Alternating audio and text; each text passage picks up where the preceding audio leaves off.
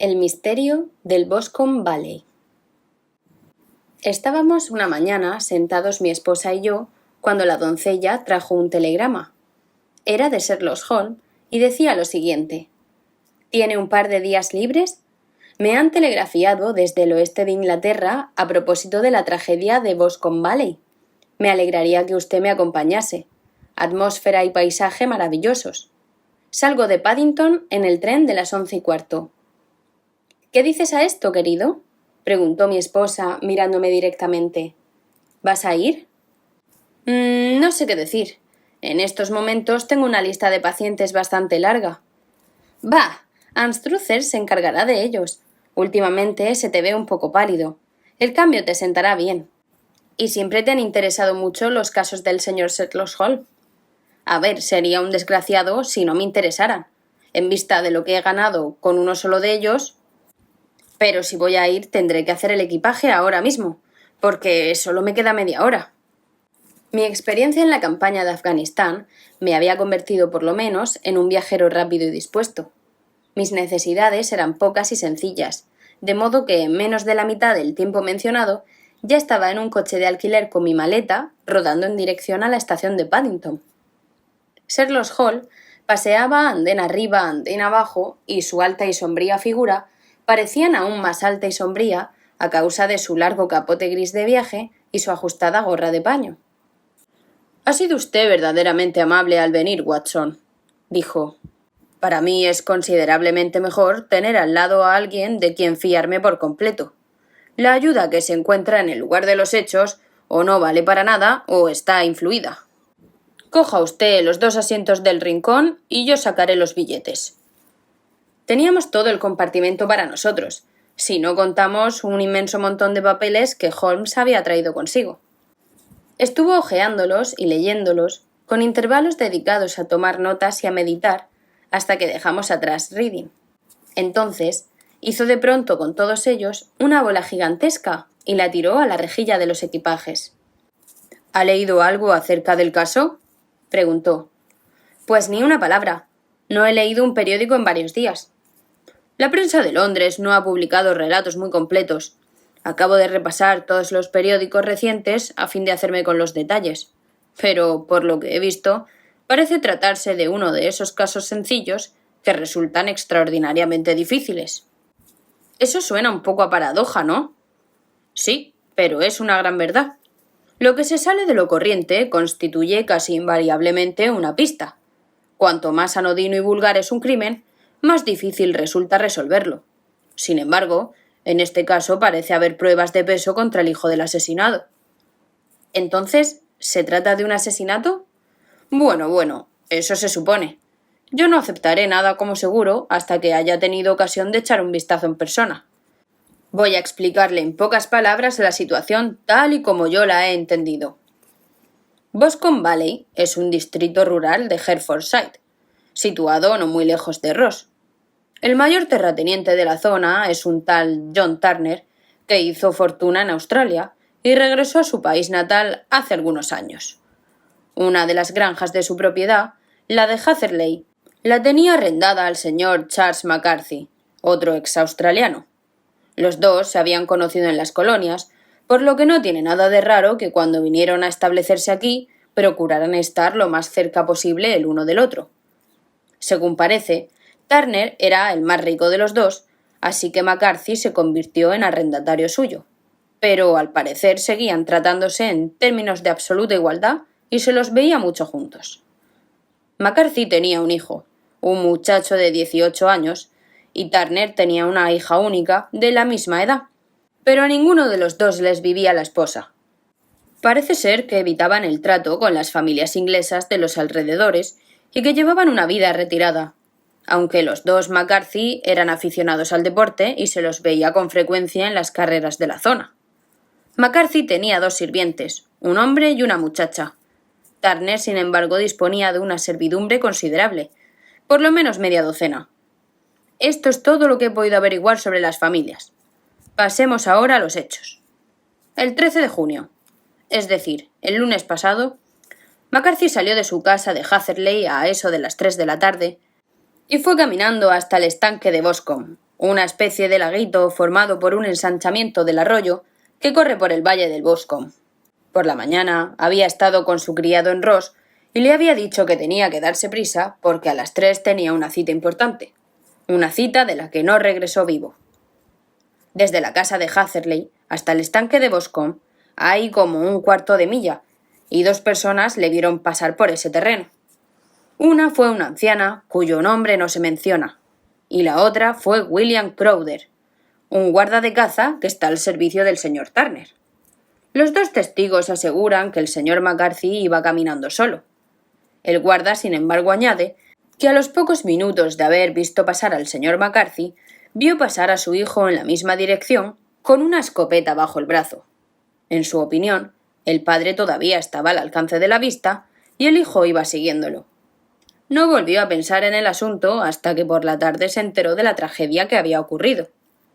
Hubo alguien más que vio a los 2 McCarthy después de que William Crowther, el guarda, los perdiera de vista. El estanque de Boscombe está rodeado de espesos bosques con solo un pequeño reborde de hierba y juncos alrededor. Una muchacha de 14 años, Patience Moran, hija del guardés del pabellón del Boscombe Valley, se encontraba en uno de los bosques cogiendo flores. Ha declarado que mientras estaba allí vio en el borde del bosque y cerca del estanque al señor McCarthy y a su hijo, y que parecían estar discutiendo acaloradamente. Oyó al mayor de los McCarthy dirigirle a su hijo palabras muy fuertes y vio a éste levantar la mano como para pegar a su padre. La violencia de la escena la asustó tanto que echó a correr, y cuando llegó a su casa le contó a su madre que había visto a los 2 McCarthy discutiendo junto al estanque del Boscombe y que tenía miedo de que fueran a pelearse. Apenas había terminado de hablar cuando el joven McCarthy llegó corriendo al pabellón diciendo que había encontrado a su padre muerto en el bosque y pidiendo ayuda al guardés. Venía muy excitado, sin escopeta ni sombrero, y vieron que traía la mano y la manga derechas manchadas de sangre fresca. Fueron con él y encontraron el cadáver del padre tendido sobre la hierba junto al estanque. Le habían aplastado la cabeza a golpes con algún arma pesada y roma. Eran heridas que podrían perfectamente haberse infligido con la culata de la escopeta del hijo y que se encontró tirada en la hierba a pocos pasos del cuerpo. Dadas las circunstancias, el joven fue detenido inmediatamente. El martes la investigación dio como resultado un veredicto de homicidio intencionado y el miércoles compareció ante los magistrados de Ross, que han remitido el caso a la próxima sesión del tribunal. Estos son los hechos principales del caso, según se desprende de la investigación judicial y del informe policial. El caso no podría presentarse peor para el joven, comenté. Pocas veces se han dado tantas pruebas circunstanciales que acusasen con tanta insistencia al criminal. Las pruebas circunstanciales son muy engañosas, respondió Holmes pensativo. Puede parecer que indican claramente una cosa, pero si cambias un poquito tu punto de vista, puedes encontrarte con que indican con igualdad claridad algo completamente diferente. Sin embargo, hay que confesar que el caso se presenta muy mal para el joven, y es muy posible que verdaderamente sea culpable. Sin embargo, existen varias personas en la zona, y entre ellas la señorita Turner, la hija del terrateniente, que creen en su inocencia y que han contratado al Lestrade, al que usted recordará de cuando intervino en el estudio en escarlata, para que investigue el caso en beneficio suyo. Lestrade se encuentra perdido y me ha pasado el caso a mí.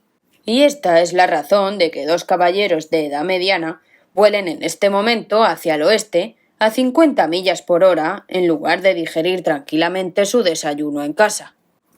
Me temo que los hechos son tan evidentes que este caso les reportará muy poco mérito, dije.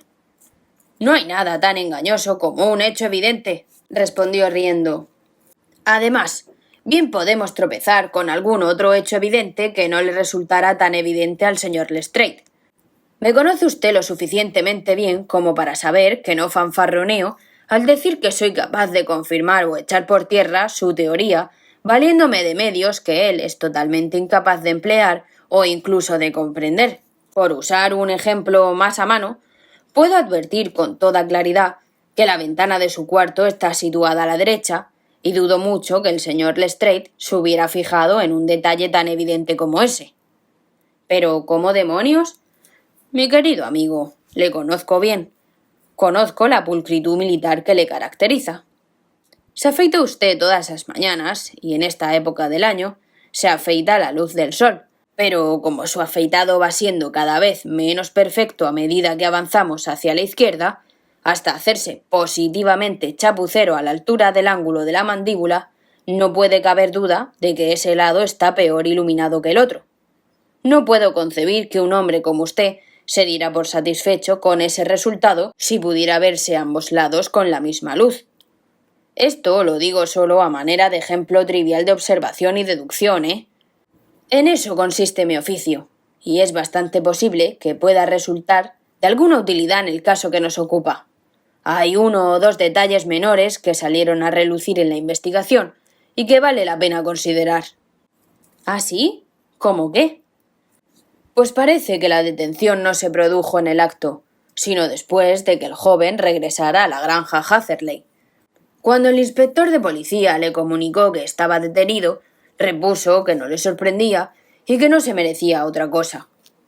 Este comentario contribuyó a disipar todo rastro de duda que pudiera quedar en las mentes del jurado encargado de la instrucción. «Vamos, como que es una confesión», exclamé. «Pues nada de eso, porque a continuación se declaró inocente». Viniendo después de una serie de hechos tan condenatoria, fue por lo menos un comentario de lo más sospechoso, Holmes. «Por el contrario», dijo Holmes. «Por el momento, esa es la rendija más luminosa que puedo ver entre los nubarrones. Por muy inocente que sea, no puede ser tan rematadamente imbécil que no se dé cuenta de que las circunstancias son fatales para él. Si se hubiera mostrado sorprendido de su detención o hubiera fingido indignarse, me habría parecido sumamente sospechoso, porque tal sorpresa o indignación no habrían sido naturales, dadas las circunstancias, aunque a un hombre calculador podrían parecerle la mejor técnica a seguir. Su franca aceptación de la situación le señala o bien como a un inocente o bien como a un hombre con mucha firmeza y dominio de sí mismo. En cuanto a su comentario de que se lo merecía, no resulta tan extraño si se piensa que estaba junto al cadáver de su padre y que no cabe duda de que aquel mismo día había olvidado su respeto filial hasta el punto de reñir con él e incluso, según la muchacha cuyo testimonio es tan importante, de levantarle la mano como para pegarle. El remordimiento y el arrepentimiento que se reflejan en sus palabras me parecen señales de una mentalidad sana y no de una mente culpable. Bueno, pues a muchos los han ahorcado con pruebas bastante menos sólidas, comenté meneando la cabeza. Así es, y a muchos los han ahorcado injustamente. Bueno, ¿y cuál es la versión de los hechos según el propio joven? Me temo que no es muy alentadora para sus partidarios, aunque tiene un par de detalles interesantes. Aquí la tiene, puede leerla usted mismo. Sacó de entre el montón de papeles un ejemplar del periódico de Hertfordshire. Encontró la página y me señaló el párrafo en el que el desdichado joven daba su propia versión de lo ocurrido. Me instalé en un rincón del compartimento y lo leí con mucha atención. Decía así: compareció a continuación el señor James McCarthy, hijo único del fallecido, que declaró lo siguiente. Había estado fuera de casa 3 días que pasé en Bristol y acababa de regresar la mañana del pasado lunes, día 3. Cuando llegué, mi padre no estaba en casa y la doncella me dijo que había ido a Ross con John Cobb, el caballerizo. Poco después de llegar, oí en el patio las ruedas de su coche, miré por la ventana y le vi bajarse y salir a toda prisa del patio, aunque no me fijé en qué dirección se fue. Cogí entonces mi escopeta y eché a andar en dirección al estanque de Boscombe, con la intención de visitar las conejeras que hay al otro lado. Por el camino vi a William Crowther, el guardia tal y como él ha declarado, pero se equivocó al pensar que yo iba siguiendo a mi padre. No tenía ni idea de que él iba delante de mí. A unas 100 yardas del estanque oí el grito de «Cuí», que mi padre y yo utilizábamos normalmente como señal. Al oírlo, eché a correr y lo encontré de pie junto al estanque. Pareció muy sorprendido al verme y me preguntó con bastante mal humor qué estaba haciendo allí. Nos enzarzamos en una discusión que degeneró en voces y casi en golpes, pues mi padre era un hombre de temperamento muy violento. En vista de que su irritación se hacía incontrolable, lo dejé y emprendí el camino de regreso a Hatherley. Pero no me había alejado ni 150 yardas cuando oí a mis espaldas un grito espantoso que me hizo volver corriendo. Encontré a mi padre agonizando en el suelo con terribles heridas en la cabeza. Dejé caer mi escopeta y lo tomé en mis brazos, pero expiró casi en el acto. Permanecí unos minutos arrodillado a su lado y luego fui a pedir ayuda a la casa del guardés del señor Turner, que era la más cercana. Cuando volví junto a mi padre no vi a nadie cerca, y no tengo ni idea de cómo se causaron las heridas. No era una persona muy apreciada, a causa de su carácter frío y reservado, pero por lo que yo sé, tampoco tenía enemigos declarados. No sé nada más del asunto. El juez instructor. ¿Le dijo a su padre algo antes de morir? El testigo. Murmuró algunas palabras, pero lo único que entendí fue algo sobre una rata. El juez. ¿Cómo interpretó usted aquello? El testigo. No significaba nada para mí. Creí que estaba delirando. El juez. ¿Cuál fue el motivo de que usted y su padre sostuvieran aquella última discusión? El testigo. Preferiría no responder. El juez. Me temo que debo insistir. El testigo. De verdad que me resulta imposible decírselo, pero puedo asegurarle que no tenía nada que ver con la terrible tragedia que ocurrió a continuación. El juez. El tribunal es quien debe decidir eso. No es necesario advertirle que su negativa a responder puede perjudicar considerablemente su situación en cualquier futuro proceso a que pueda haber lugar. El testigo. Aún así tengo que negarme. El juez. Según tengo entendido, el grito de «Qui» era una señal habitual entre usted y su padre. El testigo. Así es. El juez.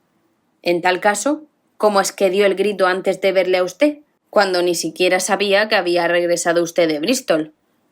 El testigo. Pues no lo sé. Un jurado. ¿No vio usted nada que despertara sus sospechas cuando regresó al oír gritar a su padre y lo encontró herido de muerte? El testigo. Nada concreto. El juez. ¿Qué quiere decir con eso? El testigo. A ver, al salir corriendo al claro, iba tan trastornado y excitado que no podía pensar más que en mi padre. Sin embargo, tengo la vaga impresión de que al correr vi algo tirado en el suelo a mi izquierda. Me pareció que era algo de color gris, una especie de capote o tal vez una manta escocesa. Cuando me levanté al dejar a mi padre, miré alrededor para fijarme, pero ya no estaba. ¿Quiere decir que desapareció antes de que usted fuera a buscar ayuda? Eso es, desapareció. ¿No puede precisar lo que era? No, solo me dio la sensación de que había algo allí. Muy bien, ¿y a qué distancia estaba del cuerpo? Yo diría que a unas 12 yardas, más o menos. ¿Y a qué distancia del lindero del bosque? Más o menos a la misma, creo. Entonces, si alguien se lo llevó, fue mientras usted se encontraba a unas 12 yardas de distancia. Sí, pero vuelto de espaldas. Con esto concluyó el interrogatorio del testigo. Por lo que veo, dije echando un vistazo al resto de la columna, el juez instructor se ha mostrado bastante duro con el joven McCarthy en sus conclusiones. Llama la atención, y con toda la razón, sobre la discrepancia de que el padre lanzara la llamada antes de verlo, hacia su negativa a dar detalles de la conversación con el padre y sobre su extraño relato de las últimas palabras del moribundo. Tal como él dice, todo eso apunta contra el hijo. Holmes se rió suavemente para sus adentros y se estiró sobre el mullido asiento. Veo que tanto usted como el juez instructor se han esforzado a fondo en destacar precisamente los aspectos más favorables para el muchacho. ¿No se da usted cuenta de que tan pronto le atribuyen demasiada imaginación como demasiada poca? Demasiada poca si no es capaz de inventarse un motivo para la disputa que le haga ganarse las simpatías del jurado. Demasiada si es capaz de sacarse de la mollera una cosa tan outrée como la alusión del moribundo a una rata y el incidente de la prenda desaparecida. No, señor. Yo enfocaré este caso partiendo de que el joven ha dicho la verdad. Y veremos a dónde nos lleva esta hipótesis.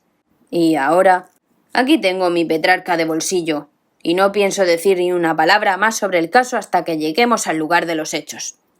Comeremos en Swindon y creo que llegaremos dentro de 20 minutos. Eran casi las 4 cuando nos encontramos por fin en el bonito pueblecito campesino de Ross, tras haber atravesado el hermoso valle de Stroud y cruzado el ancho y reluciente Severn. Un hombre delgado, con cara de hurón y mirada furtiva y astuta, nos esperaba en el andén. A pesar del guardapolvo marrón claro y de las polainas de cuero que llevaba como concesión al ambiente campesino, no tuve dificultad en reconocer al Lestrade de Scotland Yard. Fuimos con él en coche hasta el escudo de Hereford, donde ya se nos había reservado una habitación. «He pedido un coche», dijo Lestrade mientras nos sentábamos a tomar una taza de té. «Conozco su carácter enérgico y sé que no estará a gusto hasta que haya visitado la escena del crimen». «Es usted muy amable y halagador», respondió Holmes, «pero todo depende de la presión barométrica». Lestrade pareció sorprendido. No comprendo muy bien», dijo. «¿Qué marca el barómetro?» 29 por lo que veo, ¿no? No hay viento ni se ve una nube en el cielo. Tengo aquí una caja de cigarrillos que piden ser fumados y el sofá es muy superior a las habituales abominaciones que suelen encontrarse en los hoteles rurales. No creo probable que utilice el coche esta noche». Lestrade dejó escapar una risa indulgente. «Sin duda, ya ha sacado usted conclusiones de los periódicos», dijo. «El caso es tan vulgar como un palo de escoba, y cuanto más profundiza uno en él, más vulgar se vuelve. Pero por supuesto, no se le puede decir que no a una dama, y sobre todo a una dama tan voluntariosa. Había oído hablar de usted e insistió en conocer su opinión, a pesar de que yo le repetí un montón de veces que usted no podría hacer nada que yo no hubiera hecho ya. Pero caramba, ahí está su coche en la puerta». Apenas había terminado de hablar cuando irrumpió en la habitación una de las jóvenes más encantadoras que he visto en mi vida. Brillantes ojos color violeta, labios entreabiertos y un toque de rubor en sus mejillas, habiendo perdido toda noción de su recato natural, ante el ímpetu arrollador de su agitación y preocupación. «Oh, señor Holmes», exclamó pasando la mirada de uno a otro hasta que con rápida intuición femenina la dejó fija en mi compañero. «Estoy muy contenta de que haya venido. He venido a decírselo. Sé que James no lo hizo, lo sé, y quiero que usted empiece a trabajar sabiéndolo también. No deje que le asalten dudas al respecto. Nos conocemos el uno al otro desde que éramos niños y conozco sus defectos mejor que nadie, pero tiene el corazón demasiado blando como para hacer daño ni a una mosca. La acusación es absurda para cualquiera que lo conozca de verdad». «Espero que podamos demostrar su inocencia, señorita Turner», dijo Sherlock Holmes. «Puede usted confiar en que haré todo lo que pueda». «Pero usted ha leído las declaraciones, ¿no? ¿Ha sacado alguna conclusión? ¿No ve alguna salida, algún punto débil? ¿No cree usted que es inocente?» «Creo que es muy probable». «¿Ya lo ve usted?», exclamó ella echando hacia atrás la cabeza y mirando desafiante a Lestrade. «¿Lo oye? Él me da esperanzas». Lestrade se encogió de hombros. «Me temo que mi colega se ha precipitado un poco al sacar conclusiones», dijo. «Pero tiene razón. Sé que tiene razón. James no lo hizo. Y en cuanto a esa disputa con su padre, estoy segura de que la razón de que no quisiera hablar de ella al juez fue que discutieron acerca de mí». «¿Cómo? ¿Y por qué motivo?» «Mire, no es momento de ocultar nada. James y su padre tenían muchas desavenencias por mi causa. El señor McCarthy estaba muy interesado en que nos casáramos. James y yo siempre nos hemos querido, pero como hermanos. Pero claro, él es muy joven y aún ha visto muy poco de la vida. Y, bueno, naturalmente todavía no estaba preparado para meterse en algo así. De ahí que tuvieran discusiones, y esta, estoy segura, fue una más». «¿Y el padre de usted?», preguntó Holmes. «¿También era partidario de ese enlace?» «No, él también se oponía. El único que estaba a favor era McCarthy». Un súbito rubor cubrió sus lozanas y juveniles facciones cuando Holmes le dirigió una de sus penetrantes miradas inquisitivas. «Gracias por esa información», dijo. «¿Podría ver a su padre si le visito mañana?» «Me temo que el médico no lo va a permitir». «¿El médico?» «Sí, ¿no lo sabía usted?» El pobre papá no andaba bien de salud desde hace años, pero esto le ha acabado de hundir. Tiene que guardar cama y el doctor Willows dice que está hecho polvo y que tiene el sistema nervioso destrozado. El señor McCarthy era el único que había conocido a papá en los viejos tiempos de Victoria. Ajá, así que en Victoria, ¿eh? Eso es importante. Sí, en las minas. Exacto, en las minas de oro donde, según tengo entendido, hizo su fortuna el señor Turner. Sí, eso es. Gracias, señorita Turner. Ha sido usted una ayuda muy útil. Si mañana hay alguna novedad, no deje de comunicármela. Sin duda, irá usted a la cárcel a ver a James. Oh, señor Holmes, si lo hace, dígale que yo sé que es inocente. Así lo haré, señorita Turner. Ahora tengo que irme porque papá está muy mal y me echa de menos si lo dejo solo. Adiós, y que el señor le ayude en su empresa. Salió de la habitación tan impulsivamente como había entrado, y oímos las ruedas de su carruaje traqueteando calle abajo. «Estoy avergonzado de usted, Holmes», dijo Lestrade con gran dignidad, tras unos momentos de silencio. «¿Por qué despierta esperanzas que luego tendrá que defraudar? No soy precisamente un sentimental, pero a eso lo llamo crueldad, ¿eh?» «Creo que encontraré la manera de demostrar la inocencia de James McCarthy», dijo Holmes. «¿Tiene usted autorización para visitarlo en la cárcel?» «Sí, pero solo para usted y para mí». «En tal caso reconsideraré mi decisión de no salir. ¿Tendremos todavía tiempo para tomar un tren a Hertford y verlo esta noche?» «De sobra, creo yo». «Entonces en marcha. Watson, me temo que se va a aburrir, pero solo estaré ausente un par de horas». Los acompañé andando hasta la estación y luego vagabundeé por las calles del pueblecito, acabando por regresar al hotel, donde me tumbé en el sofá y procuré interesarme en una novela policíaca. Pero la trama de la historia era tan endeble en comparación con el profundo misterio en el que estábamos sumidos que mi atención se desviaba constantemente de la ficción de los hechos y acabé por tirarla al otro extremo de la habitación y entregarme por completo a recapacitar sobre los acontecimientos del día. Suponiendo que la historia del desdichado joven fuera absolutamente cierta, ¡qué cosa diabólica!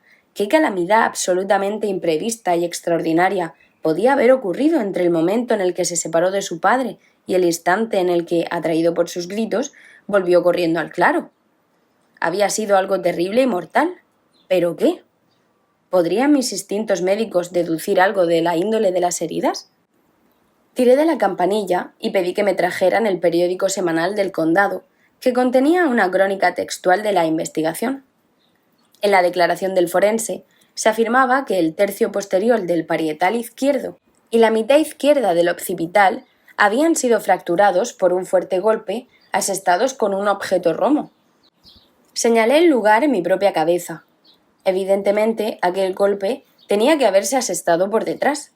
Hasta cierto punto, aquello favorecía al acusado, ya que cuando se le vio discutiendo con su padre, ambos estaban frente a frente. Aún así, no significaba gran cosa, ya que el padre podría haberse vuelto de espaldas antes de recibir el golpe. De todas maneras, quizá valiera la pena llamar la atención de Holmes sobre el detalle. Luego teníamos la curiosa alusión del moribundo a una rata. ¿Qué podía significar aquello? No podía tratarse de un delirio.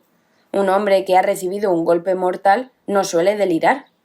No, lo más probable era que estuviera intentando explicar lo que le había ocurrido. ¿Pero qué podía querer decir? Me devané los sesos en busca de una posible explicación, y luego estaba también el asunto de la prenda gris que había visto el joven McCarthy. De ser cierto aquello, el asesino debía haber perdido al huir alguna prenda de vestir, probablemente su gabán, y había tenido la sangre fría de volver a recuperarla en el mismo instante en el que el hijo se arrodillaba, vuelto de espaldas y a menos de 12 pasos. ¡Qué maraña de misterios e improbabilidades era todo el asunto! No me extrañaba la opinión de Lestrade, a pesar de lo cual yo tenía tanta fe en la perspicacia de Sherlock Holmes, que no perdía las esperanzas, en vista de que todos los nuevos datos parecían reforzar su convencimiento de la inocencia del joven McCarthy. Era ya tarde cuando regresó Sherlock Holmes. Venía solo, ya que Lestrade se alojaba en el pueblo. «El barómetro continúa muy alto», comentó mientras se sentaba. «Es importante que no llueva hasta que hayamos podido examinar el lugar de los hechos. Por otra parte, para un trabajito como ese, uno tiene que estar en plena forma y bien despierto, y no quiero hacerlo estando fatigado por un largo viaje. He visto al joven McCarthy, por cierto». «¿Y qué ha sacado de él?» «Nada». «¿No pudo arrojar ninguna luz?» «Absolutamente ninguna. En algún momento me sentí inclinada a pensar que él sabía quién lo había hecho y estaba encubriéndolo o encubriéndola, pero ahora estoy convencido de que está tan a oscuras como todos los demás. No es un muchacho demasiado perspicaz, aunque sí bien parecido, y yo diría que de corazón noble». No puedo admirar sus gustos», comenté. «Si es verdad eso de que se negaba a casarse con una joven tan encantadora como esta señorita Turner». «Ah, eso, hay una historia bastante triste. El tipo la quiere con locura, con desesperación. Pero hace unos años, cuando no era más que un mozalbete y antes de conocerla bien a ella, porque la chica había pasado 5 años en un internado, no va el muy idiota y se deja atrapar por una camarera de Bristol y se casa con ella en el juzgado. Nadie sabe palabra del asunto, pero puede usted imaginar lo enloquecedor que tenía que ser para él que le recriminaran por no hacer algo que daría los ojos por poder hacer, pero que sabe que es absolutamente imposible. Fue uno de esos arrebatos de locura lo que le hizo levantar las manos cuando su padre, en su última conversación, le seguía insistiendo en que le propusiera matrimonio a la señorita Turner. Por otra parte, carece de medios económicos propios, y su padre, que era de todos los aspectos un hombre muy duro, le habría repudiado por completo si se hubiese enterado de la verdad. Con esta esposa camarera es con la que se pasó los últimos 3 días en Bristol, sin que su padre supiera dónde estaba, claro. Acuérdese de ese detalle. Es importante.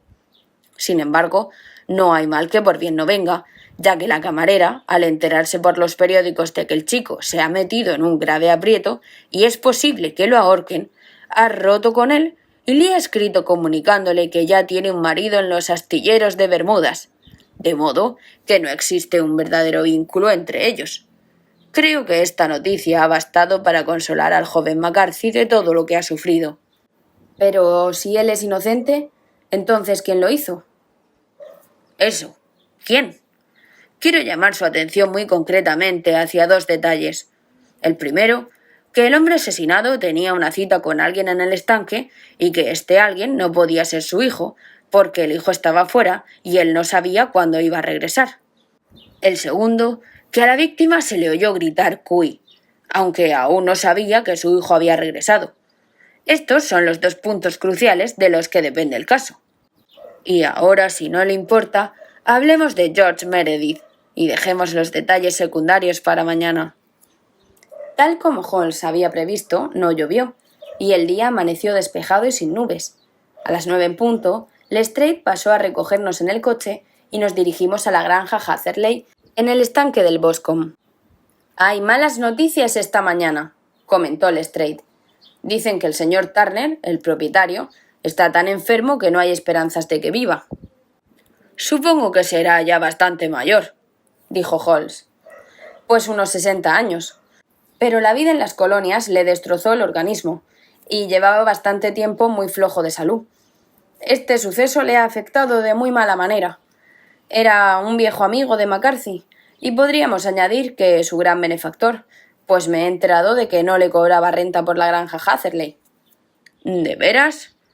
Esto es interesante», dijo Holmes. «Pues sí. Y le ha ayudado de otras 100 maneras. Por aquí todo el mundo habla de lo bien que se portaba con él». «Vaya. ¿Y no le parece a usted un poco curioso que este McCarthy, que parece no poseer casi nada y deber tantos favores a Turner, hable, a pesar de todo, de casar a su hijo con la hija de Turner, presumible heredera de su fortuna, y además lo diga con tanta seguridad como si bastara con proponerlo para que todo lo demás viniera por sí solo? Y aún resulta más extraño sabiendo, como sabemos, que el propio Turner se oponía a la idea. Nos lo dijo la hija. ¿No deduce usted nada de eso?» «Ya llegamos a las deducciones y a las inferencias, ¿eh?», dijo Lestrade guiñándome un ojo. Holmes, ya me resulta bastante difícil bregar con los hechos sin tener que volar persiguiendo teorías sin fantasías. Tiene usted razón, dijo Holmes con fingida humildad. Le resulta a usted muy difícil bregar con los hechos. Bueno, pues al menos he captado un hecho que a usted parece costarle mucho aprender, replicó Lestrade algo acalorado. ¿Sí? ¿Y cuál es ese hecho? Pues que el señor McCarthy, padre, halló la muerte a manos del señor McCarthy, hijo, y que todas las teorías en contra no son más que puras pamplinas, cosa de lunáticos. Bueno, a la luz de la luna se ve más que en la niebla, dijo Holmes, echándose a reír. Pero o mucho me equivoco, o eso de la izquierda es la granja Hatherley. En efecto. Era una construcción amplia, de aspecto confortable, de 2 plantas, con tejado de pizarra y grandes manchas amarillas de liquen en sus muros grises. Sin embargo, las persianas bajadas y las chimeneas sin humo le daban un aspecto desolado, como si aún se sintiera en el edificio el peso de la tragedia. Llamamos a la puerta y la doncella, a petición de Holmes, nos enseñó las botas que su señor llevaba en el momento de su muerte y también un par de botas del hijo, aunque no las llevaba puestas entonces. Después de haberlas medido cuidadosamente por 7 u 8 puntos diferentes, Holmes pidió que le condujeran al patio, desde donde todos seguimos el tortuoso sendero que llevaba al estanque del Boscombe. Cuando seguía un rastro como aquel, Sherlock Holmes se transformaba por completo. Los que solo conocían al tranquilo pensador y lógico de Baker Street habrían tenido dificultades para reconocerlo. Su rostro se acaloraba y se ensombrecía. Sus cejas se convertían en 2 líneas negras y marcadas, bajo las cuales relucían sus ojos con brillo de acero. Llevaba la cabeza inclinada hacia abajo, los hombros encorvados, los labios apretados y las venas de su cuello largo y fibroso sobresalían como cuerdas de látigo. Los orificios de la nariz parecían dilatarse con un ansia de caza puramente animal, y su mente estaba tan concentrada en lo que tenía delante que toda pregunta o comentario caía en oídos sordos o, como máximo, provocaba un rápido e impaciente gruñido de respuesta. Fue avanzando rápida y silenciosamente a lo largo del camino que atravesaba los prados y luego conducía a través del bosque hasta el estanque del Boscombe. El terreno era húmedo y pantanoso, lo mismo que en todo el distrito, y se veían huellas de muchos pies, tanto en el sendero como sobre la hierba corta que lo bordeaba por ambos lados. A veces, Holmes apretaba el paso, otras veces se paraba en seco, y en una ocasión dio un pequeño rodeo metiéndose por el prado. Lestrade y yo caminábamos detrás de él. El policía con aire indiferente y despectivo, mientras que yo observaba a mi amigo con un interés que nacía de la convicción de que todas y cada una de sus acciones tenían una finalidad concreta. El estanque del Boscombe, que es una pequeña extensión de agua de unas 50 yardas de diámetro bordeada de juncos, está situado en el límite entre los terrenos de la granja Hatherley y el parque privado del opulento señor Turner. Por encima del bosque que se extendía al otro lado, podíamos ver los rojos y enhiestos pináculos que señalaban el emplazamiento de la residencia del rico terrateniente. En el lado del estanque correspondiente a Hatherley, el bosque era muy espeso y había un estrecho cinturón de hierba saturada de agua de unos 20 pasos de anchura entre el lindero del bosque y los juncos de la orilla. Lestrade nos indicó el sitio exacto donde se había encontrado el cadáver, y la verdad es que el suelo estaba tan húmedo que se podían apreciar con claridad las huellas dejadas por el cuerpo caído. A juzgar por el rostro ansioso y sus ojos inquisitivos, Holmes leía otras muchas cosas en la hierba pisoteada. Corrió de un lado a otro como un perro de caza que sigue una pista y luego se dirigió a nuestro acompañante. ¿Para qué se metió usted en el estanque?, preguntó. Pues estuve de pesca con un rastrillo. Pensé que tal vez podía encontrar un arma o algún otro indicio. Pero, ¿cómo demonios? No tengo tiempo. Ese pie izquierdo suyo, torcido hacia adentro, aparece por todas partes. Hasta un topo podría seguir sus pasos, y aquí se meten entre los juncos. Madre mía, qué sencillo habría sido todo si yo hubiera estado aquí antes de que llegaran todos como una manada de búfalos chapoteando por todas partes. Por aquí llegó el grupito del guardés borrando todas las huellas en más de 2 metros alrededor del cadáver. Pero aquí hay 3 pistas distintas de los mismos pies.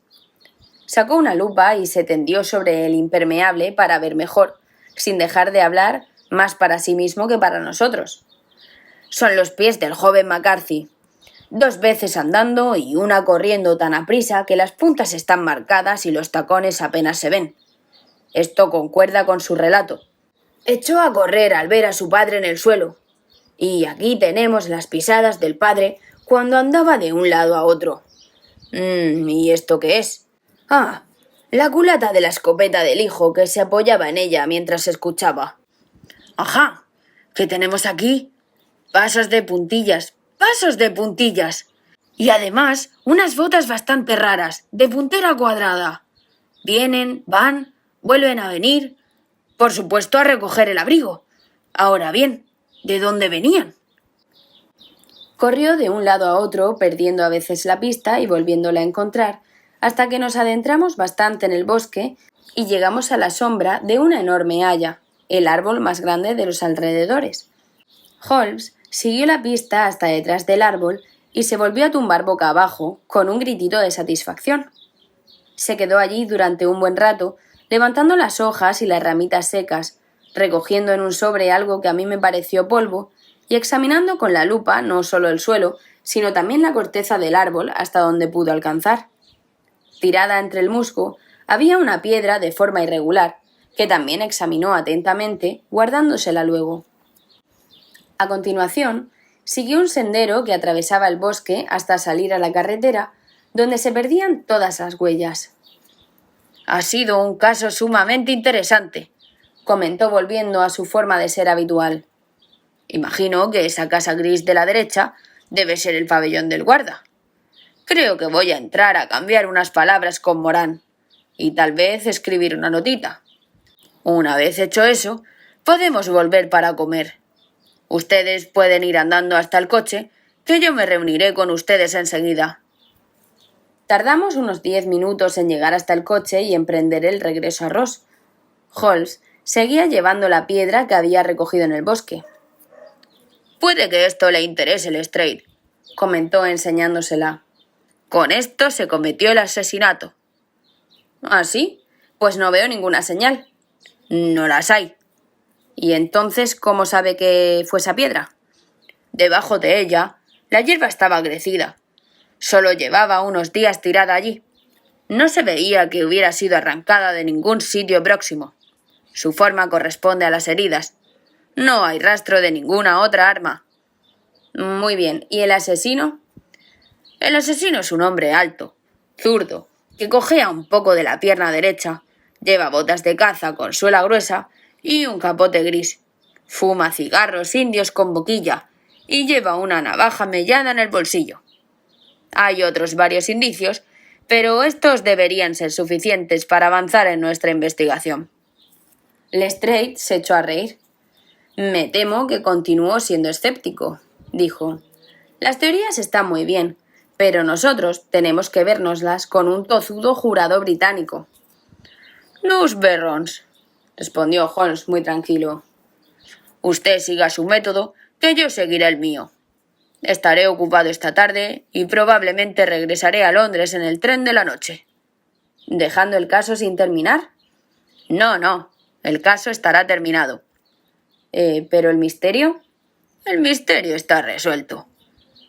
Vale, pues ¿quién es el asesino? El caballero que le acabo de describir. ¿Pero quién es? No creo que le resulte tan difícil averiguarlo. Esta zona no es tan populosa. Lestrade se encogió de hombros. Soy un hombre práctico, dijo, y la verdad es que no puedo ponerme a recorrer los campos en busca de un caballero zurdo con una pata coja. Sería el hazmerreír de Scotland Yard. Muy bien, dijo Holmes tranquilamente. Ya le he dado su oportunidad. Aquí están sus aposentos. Adiós. Le dejaré una nota antes de marcharme. Tras dejar a Lestrade en sus habitaciones, Regresamos a nuestro hotel, donde encontramos la comida ya servida. Holmes estuvo callado y sumido en reflexiones, con una expresión de pesar en el rostro, como quien se encuentra en una situación desconcertante. Vamos a ver, Watson, dijo cuando retiraron los platos. Siéntese aquí, en esta silla, y deje que le predique un poco. No sé qué hacer, y agradecería sus consejos. Encienda un cigarro y deje que me explique. Hágalo, por favor. Pues bien, al estudiar este caso, hubo 2 detalles de la declaración del joven McCarthy que nos llamaron la atención al instante, aunque a mí me predispusieron a favor y a usted en contra del joven. Uno, el hecho de que el padre, según la declaración, lanzara el grito de «Cui» antes de ver a su hijo. El otro, la extraña mención de una rata por parte del moribundo. Dese cuenta de que murmuró varias palabras, pero esto fue lo único que captaron los oídos del hijo. Ahora bien, nuestra investigación debe partir de estos 2 puntos y comenzaremos por suponer que lo que declaró el muchacho es la pura verdad. ¿Y qué sacamos del cui? Bueno, evidentemente no era para llamar al hijo, porque él creía que su hijo estaba en Bristol. Fue pura casualidad que se encontrara por allí cerca. El cui pretendía llamar la atención de la persona con la que se había citado, quien quiera que fuera. Pero ese cui es un grito típico australiano que se usa entre australianos. Hay buenas razones para suponer que la persona con la que McCarthy esperaba encontrarse en el estanque del Boscombe había vivido en Australia. ¿Y qué hay de la rata? Sherlock Holmes sacó del bolsillo un papel doblado y lo desplegó sobre la mesa. Aquí tenemos un mapa de la colonia de Victoria, dijo. Anoche telegrafié a Bristol pidiéndolo. Puso la mano sobre la parte del mapa y preguntó. ¿Qué lee usted aquí? Arat, leí. ¿Y ahora? Levantó la mano. Ballarat. Exacto. Eso es lo que dijo el moribundo, pero su hijo solo entendió las 2 últimas sílabas. Arat, una rata. Estaba intentando decir el nombre de su asesino. Fulano de tal, de Ballarat. Asombroso, exclamé. Evidente. Con eso, como ve, quedaba considerablemente reducido el campo. La posesión de una prenda gris era un tercer punto seguro, siempre suponiendo que la declaración del hijo fuera cierta.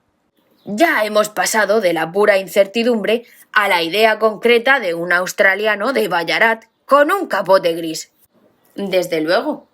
Y que además andaba por la zona como por su casa, porque al estanque solo se puede llegar a través de la granja o de la finca, por donde no es fácil que pase gente extraña. Muy cierto. Pasemos ahora a nuestra expedición de hoy. El examen del terreno me reveló los insignificantes detalles que ofrecía ese imbécil del Strait acerca de la persona del asesino. ¿Pero cómo averiguó todo aquello? Ya conoce usted mi método. Se basa en la observación de minucias. Ya sé que es capaz de calcular la estatura aproximada por la longitud de los pasos. Y lo de las botas también se podría deducir de las pisadas. Sí, eran botas poco corrientes. Pero, ¿lo de la cojera? La huella de su pie derecho estaba siempre menos marcada que la del izquierdo. Cargaba menos peso sobre él. ¿Por qué? Porque renqueaba. O sea, que era cojo. ¿Y cómo sabe que es zurdo? A usted mismo le llamó la atención la índole de la herida, tal como la describió el forense en la investigación. El golpe se asestó de cerca y por detrás, y sin embargo estaba en el lado izquierdo. ¿Cómo puede explicarse esto a menos que lo asestara un zurdo? Había permanecido detrás del árbol durante la conversación entre el padre y el hijo. Hasta se fumó un cigarro allí. Encontré la ceniza de un cigarro que mis amplios conocimientos sobre cenizas de tabaco me permitieron identificar como un cigarro indio. Como usted sabe, he dedicado cierta atención al tema y he descrito una pequeña monografía sobre las cenizas de 140 variedades diferentes de tabaco de pipa, cigarros y cigarrillos. En cuanto encontré la ceniza, eché un vistazo por los alrededores y descubrí la colilla entre el musgo donde la habían tirado. Era un cigarro indio de los que se lían en Rotterdam. ¿Y la boquilla? Se notaba que el extremo no había estado en la boca. Por lo tanto, había usado boquilla. La punta estaba cortada, no arrancada de un mordisco, pero el corte no era limpio, de lo que deduje la existencia de una navaja mellada. Holmes, dije, ha tendido usted una red en torno a ese hombre de la que no podrá escapar, y ha salvado usted a una vida inocente, tan seguro como si hubiera cortado la cuerda que le ahorcaba. Ya veo en qué dirección apunta todo esto. El culpable es... ¡El señor John Turner!, exclamó el camarero del hotel abriendo la puerta de nuestra sala de estar y haciendo pasar a un visitante. El hombre que entró presentaba una figura extraña e impresionante. Su paso lento y renqueante y sus hombros cargados le daban aspecto de decrepitud, pero sus facciones duras, marcadas y arrugadas, así como sus enormes miembros, indicaban que poseía una extraordinaria energía de cuerpo y carácter. Su barba enmarañada, su cabellera gris y sus cejas prominentes y lacias contribuían a dar a su apariencia un aire de dignidad y poderío, pero su rostro era blanco ceniciento y sus labios y las esquinas de los orificios nasales presentaban un tono azulado. Con solo mirarlo, pude darme cuenta de que era presa de alguna enfermedad crónica y mortal. «Por favor, siéntese en el sofá», dijo Holmes educadamente. «¿Recibió usted mi nota?» «Sí, el guarda me la trajo. Decía usted que quería verme aquí para evitar el escándalo». «Bueno, me pareció que si yo iba a su residencia, podría dar que hablar». «¿Y por qué quería usted verme?» Miró fijamente a mi compañero, con la desesperación pintada en sus cansados ojos, como si su pregunta ya estuviera contestada. «Sí, eso es», dijo Holmes, respondiendo más a la mirada que a las palabras. «Sé todo lo referente a McCarthy». El anciano se hundió la cara entre las manos. «¡Que Dios se apiade de mí!», exclamó. «Pero yo no habría permitido que le ocurriese ningún daño al muchacho. Le doy mi palabra de que habría confesado si las cosas se hubiesen puesto feas en el juicio». «Me alegra oírle decir eso», dijo Holmes muy serio. «Ya habría confesado de no ser por mi hija. Esto le rompería el corazón, y se lo romperá cuando se entere de que me han detenido». «Puede que no se llegue a eso», dijo Holmes. «¿Cómo dice?» «Yo no soy un agente de la policía. Tengo entendido que fue su hija la que solicitó mi presencia aquí y actuó en nombre suyo. No obstante, el joven McCarthy debe quedar libre». «Soy un moribundo», dijo el viejo Turner. «Hace años que padezco diabetes. Mi médico dice que podría no durar ni un mes, pero preferiría morir bajo mi propio techo y no en la cárcel». Holmes se levantó y se sentó en la mesa con la pluma en la mano y un legajo de papeles delante. «Limítese a contarnos la verdad», dijo. «Yo tomaré nota de los hechos. Usted lo firmará y Watson puede servir de testigo. Así podré, en último extremo, presentar su confesión para salvar al joven McCarthy. Le prometo que no la utilizaré a menos que sea absolutamente necesario». «Perfecto», dijo el anciano. «Es muy dudoso que yo viva hasta el juicio, así que me importa bien poco. Pero quisiera evitarle a Alice ese golpe. Y ahora le voy a explicar todo el asunto. La acción abarca mucho tiempo, pero tardaré muy poco en contarlo. Usted no conocía al muerto, a ese McCarthy. Era el diablo en forma humana, se lo aseguro. Que Dios le libre de caer en las garras de un hombre así. Me ha tenido en sus manos durante esos 20 años y ha arruinado mi vida. Pero primero le explicaré cómo caí en su poder. A principios de los 60 yo estaba en las minas. Era entonces un muchacho impulsivo y temerario, dispuesto a cualquier cosa. Me enredé con malas compañías, me aficioné a la bebida, no tuve suerte con mi mina, me eché al monte y, en una palabra, me convertí en lo que aquí llaman un salteador de caminos. Éramos 6 y llevábamos una vida de lo más salvaje, robando de vez en cuando algún rancho o asaltando las carreteras que se dirigían a las excavaciones. Me hacían llamar Black Jack de Ballarat, y aún se acuerdan en la colonia de nuestra cuadrilla, la banda de Ballarat. Un día partió un cargamento de oro de Ballarat a Melbourne y nosotros lo emboscamos y lo asaltamos. Había 6 soldados de escolta contra nosotros 6, de manera que la cosa estaba igualada. Pero a la primera descarga vaciamos 4 monturas. Aún así, 3 de los nuestros murieron antes de que nos apoderáramos del botín. Apunté con mi pistola a la cabeza del conductor del carro, que era el mismísimo McCarthy. Ojalá le hubiese matado entonces, pero le perdoné, aunque vi sus malvados ojillos clavados en mi rostro como si intentara retener todos mis rasgos. Nos largamos con el oro, nos convertimos en hombres ricos y nos vinimos a Inglaterra sin despertar sospechas. Aquí me despedí de mis antiguos compañeros, decidido a establecerme y llevar una vida tranquila y respetable. Compré esta finca, que casualmente estaba a la venta, y me propuse hacer algún bien con mi dinero para compensar el modo en que lo había adquirido. Me casé y aunque mi esposa murió joven, me dejó a mi querida Alice. Aunque no era más que un bebé, su minúscula manita parecía guiarme por el buen camino como no lo había hecho nadie. En una palabra, pasé una página de mi vida y me esforcé por reparar el pasado. Todo iba bien hasta que McCarthy me echó las zarpas encima. Había ido a Londres para tratar de una inversión y me lo encontré en Regent Street prácticamente sin nada que ponerse encima. «Aquí estamos, Jack», me dijo tocándome el brazo. «Vamos a ser como una familia para ti. Somos 2, mi hijo y yo, y tendrás que ocuparte de nosotros. Si no lo haces... Bueno, Inglaterra es un gran país respetuoso de la ley y siempre hay un policía al alcance de la voz». Así que se vinieron al oeste sin que hubiera forma de quitármelos de encima, y aquí han vivido desde entonces en mis mejores tierras sin pagar renta. Ya no hubo para mí reposo, ni paz, ni posibilidad de olvidar. Allá donde me volviera, veía a mi lado su cara astuta y sonriente. Y la cosa empeoró al crecer Alice, porque él enseguida se dio cuenta de que yo tenía más miedo a que ella se enterara de mi pasado de que lo supiera la policía. Me pedía todo lo que se le antojaba, y yo se lo daba a todo sin discutir. Tierra, dinero, casas, hasta que por fin me pidió algo que yo no le podía dar. Me pidió a Alice. Resulta que su hijo se había hecho mayor, igual que mi hija, y como era bien sabido que yo no andaba bien de salud, se le ocurrió la gran idea de que su hijo se quedara con todas mis propiedades. Pero aquí me planté.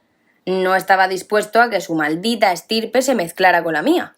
No es que me disgustara el muchacho, pero llevaba la sangre de su padre y con eso me bastaba. Me mantuve firme. McCarthy me amenazó. Yo le desafié a que hiciera lo peor que se le ocurriera. Quedamos citados en el estanque, a mitad de camino de nuestras 2 casas para hablar del asunto.